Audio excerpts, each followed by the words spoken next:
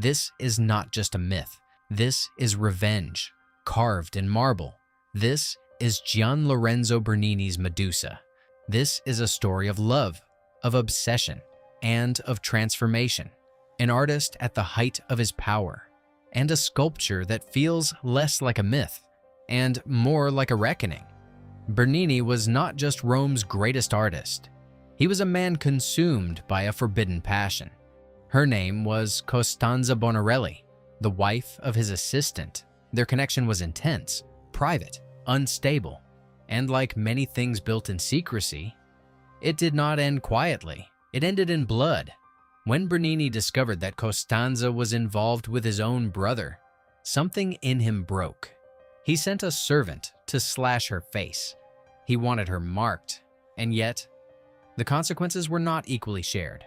Bernini's public image survived, but something in his art did not. It grew darker, more intimate, more psychological, as if the marble itself had begun to remember. And then, he sculpted Medusa. But not the Medusa we expect. This is not a monster, not a brutal figure, but a face, caught in the act of becoming. In myth, Medusa was not always a monster. She was once known for her beauty, especially her hair.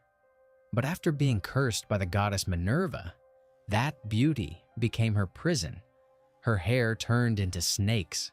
Artists before Bernini showed Medusa as an ending, a severed head, a defeated monster, a moment already decided. But Bernini chooses something else. Not the end, but the instant before it. Her expression is not horror. It is awareness, spiritual anguish, a face that understands what it is becoming. Her hair is no longer hair. It is alive, twisting, turning, folding into itself. Some of the snakes bite into her own skin, as if the violence does not come from outside, but from within, as if thought itself has taken form. Look closer. This marble is not still. It feels stretched, pushed to its limits, as though it might break under the weight of what it holds. This is control, absolute control. In myth, Medusa turns others to stone, but here, she becomes stone by facing herself, not in a mirror, but in the cold reflection of the sculptor's own tools. And in that moment, the myth becomes something else. Here, Bernini takes something human, something fragile, something broken, and turns it into stone. To understand this, we must look at his two muses.